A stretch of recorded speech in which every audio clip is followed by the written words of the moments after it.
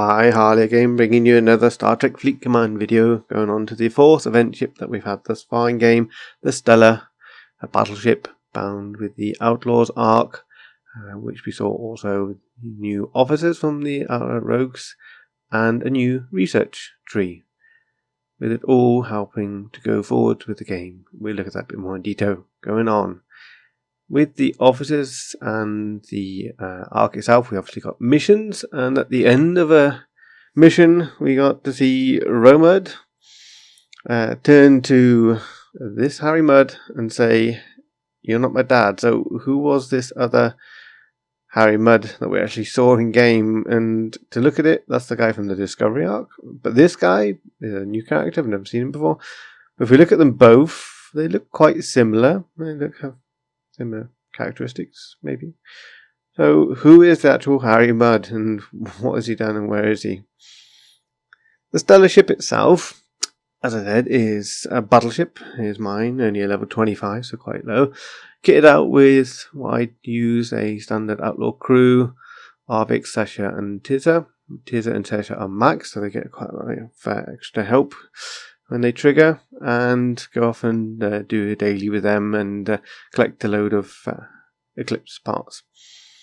The officers, well, they're again a mixed bunch, as rogues are, going through the help out with either PvP, PvE, fighting against other players, against other in-game hostiles, or helping out against armadas, or eclipse hostiles, depending. Also here, some gaining ship XP, that helps out when you want to level up ships. And as a whole, they have some uses that can be quite okay, depending on what you require them to do. The Stella itself is a ship which actually has to be scrapped. It's one of the only event ship that you can scrap to get these stellar particles, which you then use in increasing research. Increasing research actually helps you get a stronger, not also a stronger Stella, but also helps you get better defense, also gives you, let's go and have a look actually. Here, the Outlaw. So stuff for the Botany Bay, which also was part of the arc with Khan, as he started off being also a roguish character, but the reduced costs, extra abilities against armadas and hostiles, defense, independent credit, all that stuff. And further along, which is more important for the people obviously who have probably done most of the other research trees, is the grade 4 stuff, reducing the grade 4 costs, increasing the build efficiency, increasing the impulse speeds and stuff like this, and which a lot of the people going on to the grade 4 ships will actually look to want to do, and to help them out with all their enormous costs of the materials and the time it takes to build and level up the grade 4 ships. What I did see, and what I do like, is the fact that there is a good variety here. So people, lay down with the Botany Bay, starting off at level 20s, can get stuff out of this research tree.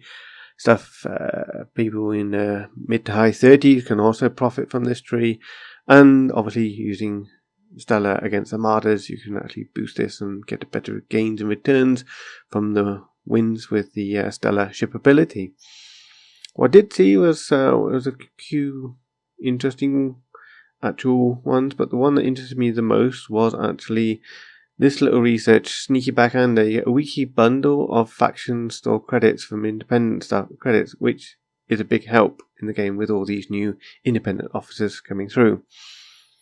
But with each research, there obviously is a limit with your reputation within the rogue faction, so you've got to keep on increasing your reputation to unlock more. As we go, looking at the total cost, the overall total cost actually here is actually in uranium. People I think it's plutonium, but that's actually with the Botany Bay. Uranium here is what we need for the Stella, which you get then from cashing in from the rewards from the armadas. It does take a bit of time to get through. As a free-to-play player, you would actually see this probably progress quite much in line with some of the research you could do out of the Outlaws. Obviously 1 to 7 here, this refers to uncommon and rare. which is fine. It's the 2 starting points which you get off in the first couple of rep levels within the Outlaw faction rep. Then you can go on with this ship to tier 8, which then starts to cost in epic uranium for tier 8. And then going on, this thing here, obviously the costs.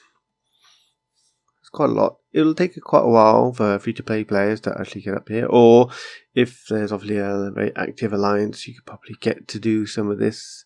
But in itself, it will take time, and the rare and epic uranium only unlocks also at certain reputations. So you've got to be a certain reputation with the Outlaws faction to actually get to build this Stella to max. Hope that's been informative. Thanks for watching. Please subscribe. Keep well. Keep safe. Here's obviously some bullet points of the information, and I'll see you all in the next one.